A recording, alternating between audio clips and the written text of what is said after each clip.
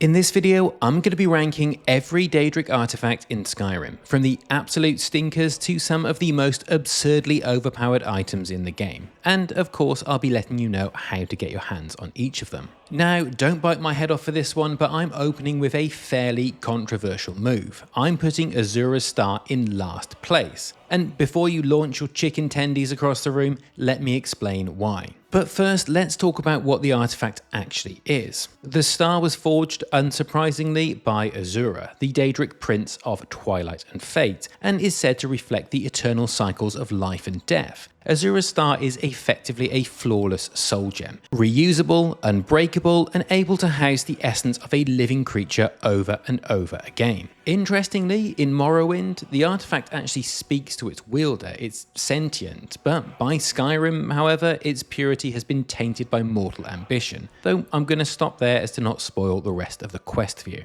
Now, mechanically, Azura's Star acts as a permanent grand soul gem, capable of trapping white souls, so the spirits of beasts and creatures such as sabercats, trolls, and spriggans. However, unlike standard soul gems, it doesn't break upon use, which of course gives it incredible utility. But there's a catch. The same quest that grants you Azura's Star can instead reward the Black Star, which does everything the original does, and more. Most importantly, unlike Azura's Star, it can hold black souls, which come from humanoid NPCs, which are always grand in quality and are much easier to find. And despite the quest dialogue suggesting otherwise, the Black Star can actually also trap white souls, which makes Azura's Star basically completely redundant, unless you're making the choice for roleplay reasons. Hence me ranking this artifact in last place, though I would admit if you were to remove the option of taking the Black Star, then yes, this item would shoot up the list quite dramatically. If you want to get hold of Azura's Star, then you're going to need to complete the Black Star quest, which begins at the Shrine of Azura to the south of Winterhold and has no level requirement. If at the end of this quest you choose to return the gem to Azura's priestess, Arania, then you'll preserve the artifact in its original form, though most players understandably take the other path. Next up we have the Skull of Corruption, a twisted staff once wielded by the Daedric Prince Vermina, mistress of dreams and nightmares. The staff is said to contain the accumulated torment of countless stolen minds, and has appeared in multiple Elder Scrolls titles, always with sinister purpose. In Skyrim, it resurfaces during the quest Waking Nightmare, where a cult devoted to Vermina has been meddling with the sleep of an entire city. Now, mechanically the staff has two modes. If you use it without preparation, it will fire out a blast that can only be described as dealing a pathetic amount of damage. But don't worry, if you go through the inconvenient and annoying process of powering it up by basically sneaking up on sleeping NPCs and stealing their dreams using a special power, then you will be rewarded with a weapon that's still terrible. It'll do a little bit more damage, but ultimately it's still a terrible weapon, and it has one of the most, actually probably the most tedious activation mechanic in the game.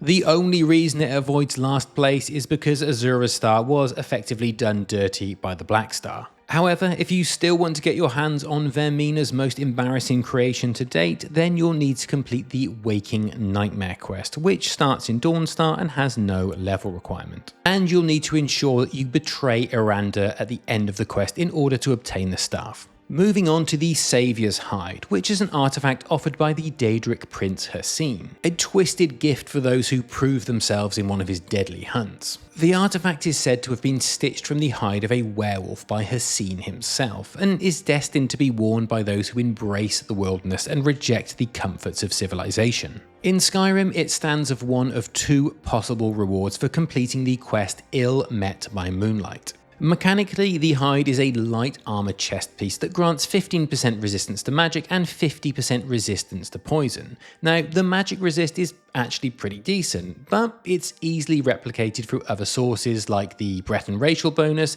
the Atronach Stone, or enchantments, none of which have the downside of having to equip an otherwise fairly weak piece of equipment that's only equivalent in armor rating to that of your basic leather armor. You could argue that the armor's 50% poison resistance brings it up a notch, but poison resistance isn't a major factor outside of a few specific encounters, and it can be bypassed entirely through other means. So ultimately, it's hard to justify wearing the Saviour's Hide over the significant volume of more impactful options available to you. However, if you do want to get your hands on it, then you're going to need to make the choice to kill Sinding, the werewolf at the end of the Ill Met by Moonlight quest that starts in Falkreath, and by the way, has no level requirement. If you kill Sinding at the end, her scene will reward you with the Saviour's Hide, though doing so will cause you to miss out on the alternative reward offered by this quest. Speaking of which, that item is the Ring of Hircine, the second artifact in Skyrim that's tied to the Daedric Prince of the Hunt. Now, when you first come across this ring in Skyrim, it is initially cursed, causing you to randomly transform into your beast form if you're a werewolf, which can be more than a little inconvenient in certain situations. However, if you complete the quest in a certain way, then this curse will be removed, and you'll be left with a ring that, if you're a werewolf, will remove the limitation of only being able to transform into werewolf form once per day.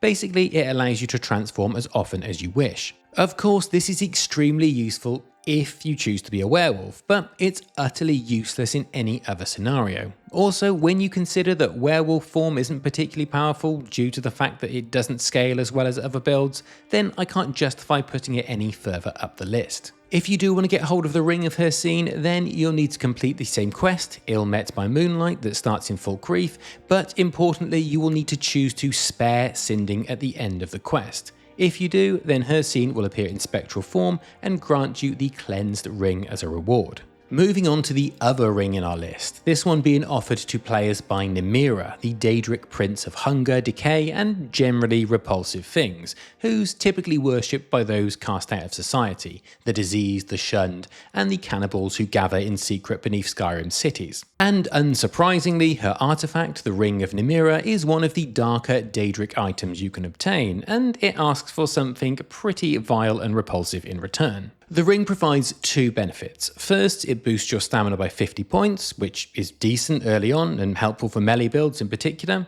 And secondly, and this is where things get weird, it lets you feed on corpses to gain a plus 50% health regeneration bonus for 5 minutes. These buffs make the ring undeniably useful in the early game, as there's no level requirement to complete the quest. Therefore, if you get hold of the ring early on in your playthrough, then the relative strength of the stamina boost and passive healing source are going to be quite significant, which makes the ring particularly useful for survival runs, aggressive melee brawler type builds, or for those who are keen to roleplay as a cannibal, though if that's you, I'd suggest a good long look in the mirror. The reason the ring is fairly low down in the rankings is that it doesn't scale especially well, and by the mid-late game there are just better and more flexible sources of stamina and health regen. If you want to grab the Ring of Nimira early on, then you can start the quest, The Taste of Death, by talking to Brother Virulus in Markath's Hall of the Dead. Side with the cannibals, complete the disgusting feast, and Nimira will grant you this grisly token of her appreciation.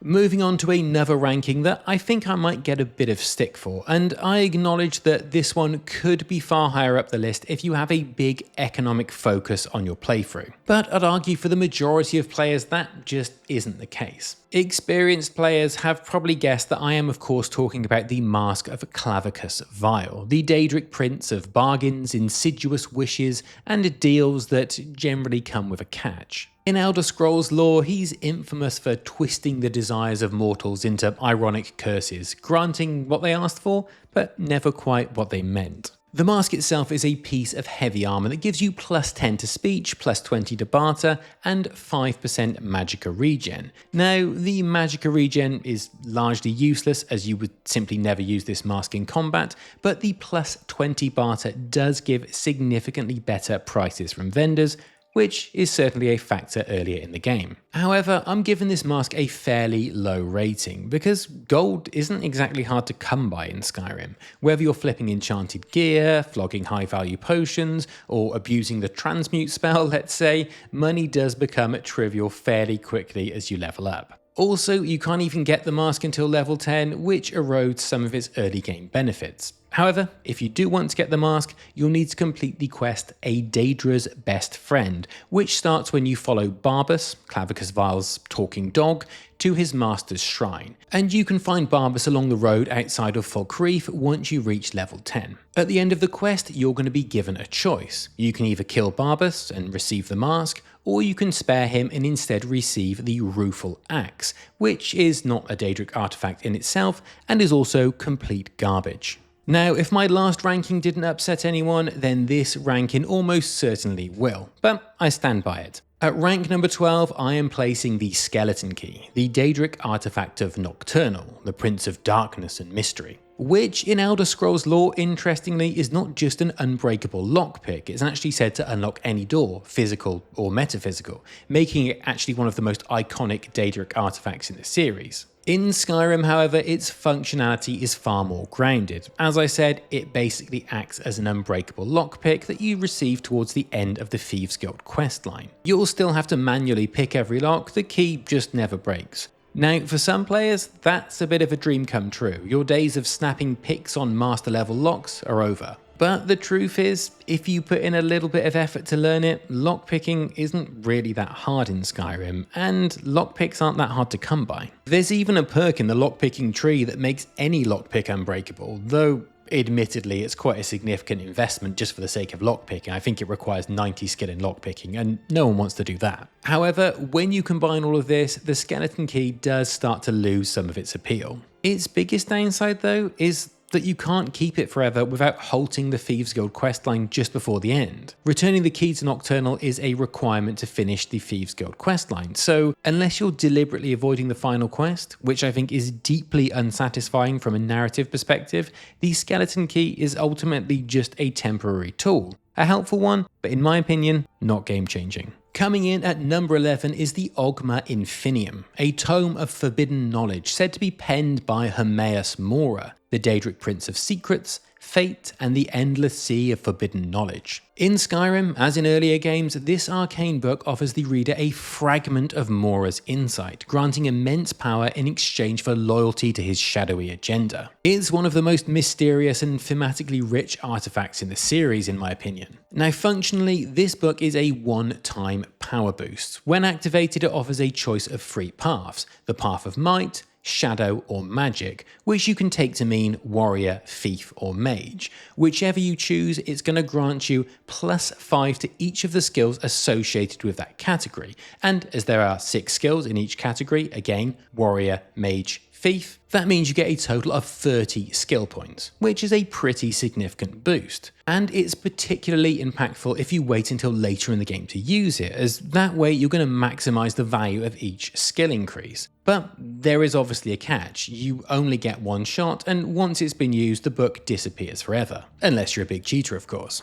So it's powerful, but it doesn't really have the potential to shape your entire build in the way that the Daedric artifacts that have made it into the top 10 do. That being said, there's no reason not to get it in every playthrough, and to get hold of it, you first need to be at least level 15, and then you're going to need to complete the Discerning the Transmundane quest, which you can start by speaking to Septimus Cygnus, who can be found in a cave beneath the ice to the north of Winterhold.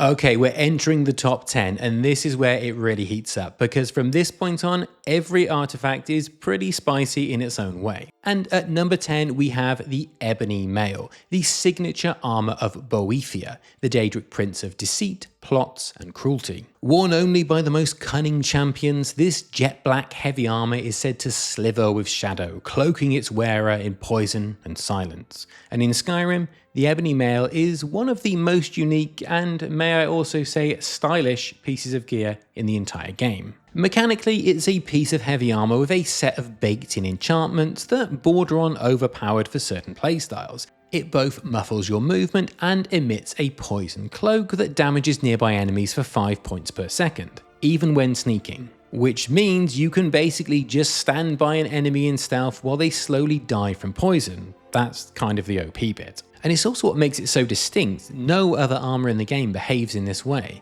and as such the Ebony Mail opens up a genuinely unique playstyle, a stealth heavy armor wearer who radiates poison damage from the shadows. Now here's the downside. To get it, you need to complete the quest Boethiah's Calling, which you can start at Boethiah's Shrine to the east of Windhelm, but not until you reach level 30, which is a pretty steep barrier to entry, but in my opinion the reward definitely makes it worthwhile. In 9th place we have the Sanguine Rose, a gnarled and twisted staff gifted by Sanguine, the Daedric Prince of Hedonism, Debauchery and Chaos. And in a game of grim, brooding quests, the Rose offers a refreshing departure from the norm, taking you along on a drunken, dimension-hopping misadventure that lands you in the service of a god who revels in confusion and disorder. The staff itself allows you to summon a leveled Draymora to fight for you for 60 seconds, providing you with a tank, a distraction, or just a straight-up wrecking ball if you grab the staff early enough in the game, as it basically gives you a level 75 Conjuration summon without having to invest a single second in leveling your Conjuration skill. Though it is worth noting that your Conjuration skill will influence the number of charges that the staff has to offer before requiring a recharge. You can earn the Sanguine Rose by completing the quest A Night to Remember, the infamous drinking contest which you can start in any tavern after level 14 by speaking with Sam Gaven, or however his name's pronounced. Moving on to number 8, which is Dawnbreaker, the Radiant Blade of Meridia, the Daedric Prince of Life, Light, and basically hatred of the undead. In a realm where most princes revel in chaos and decay, Meridia kind of stands apart as a force of defiance against necromancy, and her weapon reflects that perfectly, a flaming sword that sends the dead running for their lives. Wait, that makes no sense at all. Anyway, Dawnbreaker is a one-handed sword that only boasts mid-tier base damage, but its strength is in the bonus fire damage that it applies to every strike, as well as its enchantment that has a unique undead-specific effect. Basically, when you kill an undead enemy with it, there's a chance to trigger a massive explosion that deals area of effect damage and causes nearby undead to flee, which can turn a cramped Draugr tomb into absolute chaos, and it's incredibly overpowered. This is especially useful during the Draugr-infested main storyline, and if you pair it with the Augmented Flames perk in the Destruction tree, the damage stacks even further. Though I will warn that the explosion can be a little unpredictable, so be careful using it around important items, as it'll send them flying in all different directions and you could potentially lose an important quest item, for example. Also, because its effects work on undead, if you're a vampire, its effects will work on you and the explosion could actually kill you, which is less than ideal. You can obtain Dawnbreaker by completing the quest The Break of Dawn, which can be started from level 12 onwards by looting Meridia's intensely annoying beacon from a random dungeon chest. Next up we have the Mace of Molag Bal, a spiked soul-draining weapon bestowed by the Daedric Prince of Domination, Enslavement and Torment. Sounds like a lovely guy. And it's fair to say that Molag Bal doesn't deal in subtlety. His mace is a cruel instrument designed to grind down enemies' will and strength, as well as draining their very soul from their body. Functionally, this is a one-handed mace that offers a rare, free enchantments rolled into a single weapon. It gives 25 points of stamina damage, 25 points of magicka damage, and the ability to trap the enemy's soul when they die within 3 seconds of being hit. Now that's a lot of value packed into a single weapon. You've got the stamina and magicka drain, making it ideal for shutting down both enemy casters and melee threats, and then the built-in soul trap effect pairs perfectly with a Black Star or just an inventory full of empty soul gems, basically giving you a hassle-free method of collecting the souls you need for both weapon recharges and enchantments. On top of this, the mace also has solid base damage, equivalent to that of an ebony mace, which is particularly good because there's no level requirement to get it. So while other weapons will eventually outscale the Mace of Molag Bal, it's an extremely powerful weapon that also offers some serious utility from the very beginning of the game. You can earn the mace by completing the House of Horrors, a dark and memorable quest that you can start by speaking to Vigilant Tyrannus outside of the abandoned house in Markarth. There are 4 Daedric weapons that I'd say have the edge on the mace, however, and the first of those is the Ebony Blade, a cursed artifact of Mephala, the Daedric Prince of Deception, Plots and Betrayal. The Ebony Blade presents as a sleek and agile katana, within which lies a dark enchantment that basically feeds on treachery. In the lore, Mephala gifts the blade to those willing to murder their closest allies, empowering it not through training, but through betrayal. At first glance, the Ebony Blade looks pretty weak, with its low base damage of 11. However, what makes this weapon so powerful is its swing speed paired with its absorb health effect. Despite being a two-handed weapon, it shares an animation set with one-handers, making it exceptionally fast. And when you combine that with the fact that it's absorbing health on every hit, it offers an incredibly powerful combination of damage and survivability. The ebony blade does require charging up though, and the way in which you do it is pretty dark. In its base form, the blade has a built-in absorb health effect of 10 points per hit, but as you kill friendly characters, essentially NPCs who like or trust you, the enchantment strengthens, eventually reaching 30 points of absorb health once you've betrayed 10 allies. Considering how fast the blade swings, that's some pretty spicy healing, and because the blade's enchantment never needs recharging, it can carry you through entire dungeons or long fights without ever dipping in power. To unlock it, you're first going to need to be level 20, and then you're going to need to speak to the innkeeper at the Bannered Mare in Whiterun to hear about a rumour that leads to a quest called the Whispering Door. Coming in at number 5 is Volendrung, the legendary Hammer of Malakath, the Daedric Prince of Curses, Oaths, and Hypocrisy. Forged by the ancient Dwemer, Volendrung is a weapon of staggering brute force, and despite its clunky aesthetic, handles with surprising speed, delivering some of the best sustained damage of any two-handed weapon in Skyrim. Volendrung has a base damage of 25, which puts it on par with an ebony warhammer.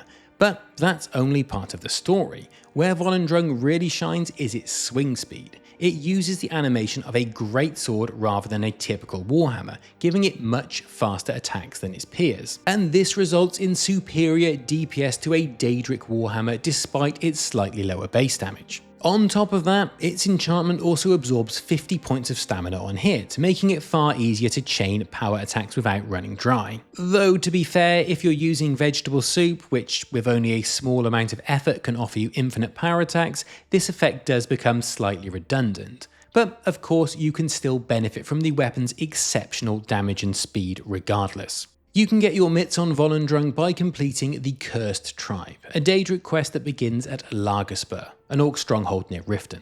For number 4, we're stepping away from melee weapons for a moment and talking about the weird and wonderful Wabberjack, the signature artifact of Sheogorath, the Daedric Prince of Madness. And appropriately, it's one of the most unpredictable weapons in all of Skyrim. But behind the absurdity lies some serious destructive potential, sometimes game-breaking, sometimes just plain hilarious. What the Wabberjack does is it casts a random effect on every use, and that could be anything from turning enemies into critters or cheese wheels, to casting a powerful destruction spell or summoning a Daedra. The spell cast is entirely out of your control, and the same target might be healed, banished, or vaporized in consecutive uses. However, if you cast it enough times, you are bound to come out with a spell that utterly obliterates your enemy. And that, my friends, can be quite heavily exploited, because here's the kicker.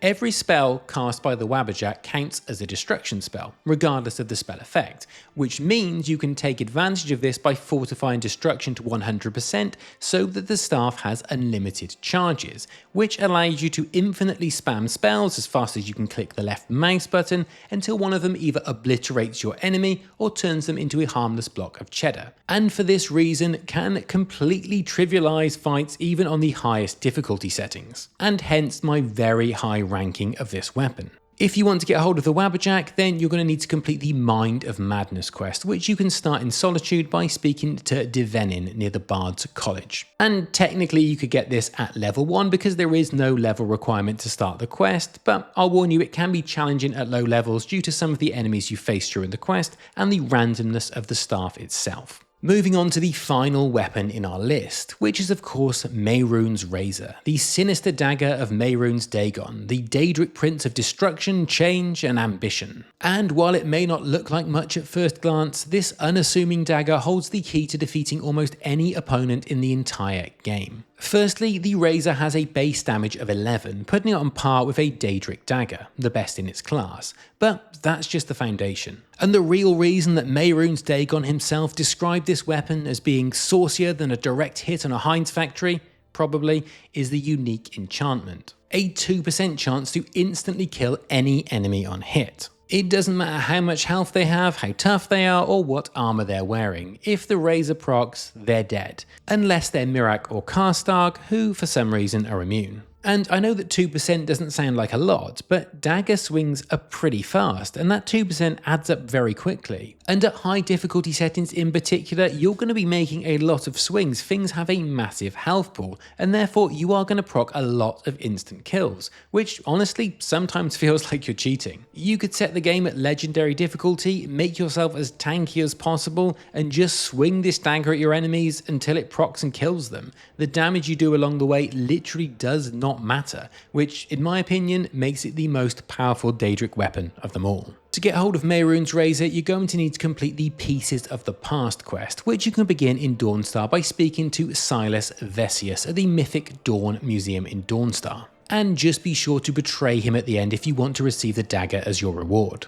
Taking the number 2 spot on our list is Spellbreaker, a Daedric artifact not of destruction but control. This legendary shield was forged by Periite, the Daedric Prince of Pestilence, whose influence governs disease, contamination, and, according to some sources, natural order. And interestingly, it's one of the oldest and most revered Daedric artifacts in Elder Scrolls lore, appearing as early as Daggerfall. Spellbreaker itself is a heavy shield of a base armor rating of 38, higher than even a Daedric shield which caps at 36, which alone makes it the most protective shield in the base game in terms of raw defense. But its real strength lies in its enchantment, in which, when you raise it to block, Spellbreaker generates a ward effect that absorbs up to 50 points of spell damage. That ward is reset each time you raise the shield and never requires recharging with a soul gem. This makes the shield insanely strong against mages, dragons, Draugr and their annoying shouts, and effectively makes you extremely resilient to magic damage in general. Then if you pair it with the elemental protection perk from the block skill tree and the ward absorb from the restoration skill tree, it becomes even more absurd, letting you deflect even more damage and even restoring your magicka whilst blocking spells, completely shutting down enemy casters while regenerating your own resources.